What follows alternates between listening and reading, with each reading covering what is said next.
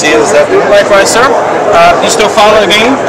I do. Okay. Especially some of my friends that are trying to just stick around long enough to keep playing. Any players that you still watch now that you play with that you kind of keep your eye maybe more than others? Or?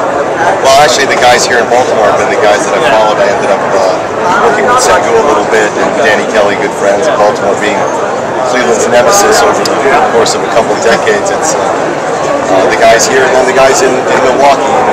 Keith Tozer and Nick Forberg, the Sosky brothers. One of them still playing. Those guys are the guys that I really enjoy following and seeing what they're up to. Yeah, most definitely. So, obviously, you've left the game. What are you up to these days for fans who may not know what keeps you busy? Well, as indoor soccer left Cleveland, and I was thinking about it to do this uniform. Obviously, this futsal thing, but futsal is a version of indoor soccer that I had the good fortune of playing with some of these guys. Keith Tozer from Milwaukee being the national team coach, and so in Cleveland, that's what we've done. Try to bring futsal there. But I'm still a big collector, and I'm passing out these cards here to all the old guys coming here to see the reunion. Not see the reunion, but to the convention, which is a reunion for a lot of us guys with us. So keeping my collection going, trying to sort it out. Just transferred 1,100 MISL, NPSL, AISA indoor soccer games to had an intern from Kent State University transfer them to DVD for me. So trying to catalog those, and indoor soccer was that was my life, and so now I'm trying to get it all done so I can look back at it and share it with others. Going to change topics. You have a favorite food that you like? I do, and this is one of my favorite places to get it. But seafood in general as a category is my favorite. I think I've always had a love for shrimp and lobster, but playing for the Portuguese up in Massachusetts when I was young introduced me to a whole different seafood cuisine. So that's my favorite. You have a favorite band, favorite musical artist?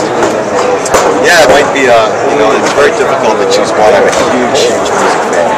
But over the course of the years, U2 and probably my favorite. Any favorite movies or TV shows that you like? I do. One flew with Cuckoo's Nest. Seinfeld, I think, will always be enjoyable for me to watch, and I'm reluctant to say it, but The Office has just become I can't stop watching it rerun after rerun. Yeah, I actually just started getting into that show. My brothers are always telling me about it, but like you said, just kind of got into it. But not so good. So as you look back on your career and catalog these DVDs, is there a favorite one moment? This is the last question. Favorite one moment of your career where all the hard work, all the dedication from the youth to that level really said, this is it. This is the one moment that you really.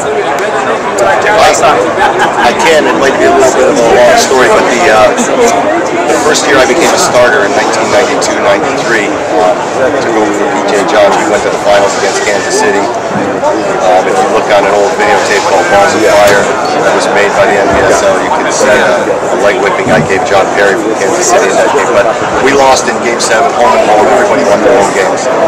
The following year we went back to the finals, played against St. Louis in the finals, and they also had home field advantage. So we went to St. Louis in the first game, and we were losing 12-0 in the first quarter, which there was 3-point goals that year. So, but I got pulled, and I had been a backup keeper all over the country for 7 years, and it was my second year now starting. And the big debate in the newspaper was whether or not I was going to get played in Game 2 in St. Louis, and I think the defining moment for me was that next game, playing very well, taking the win on the road, and then coming back to Cleveland and winning it at home with Cleveland in the next two. It started the first of, that would have been the second of 7 appearances in the 90s in the finals for us and 3 championships. And, that's the kind of tipping point confidence-wise for a goalkeeper that I think really pushed me over the edge. Awesome, man. Good memory. Again, thanks for your time, Otto. It's an absolute pleasure. Good luck to you guys. It's great to see the MISL trying to get up there and grow strong again. I look forward to following it. Yeah, we'll get it there. Absolutely. Fans, thanks for your time. Join us for next time at MISL.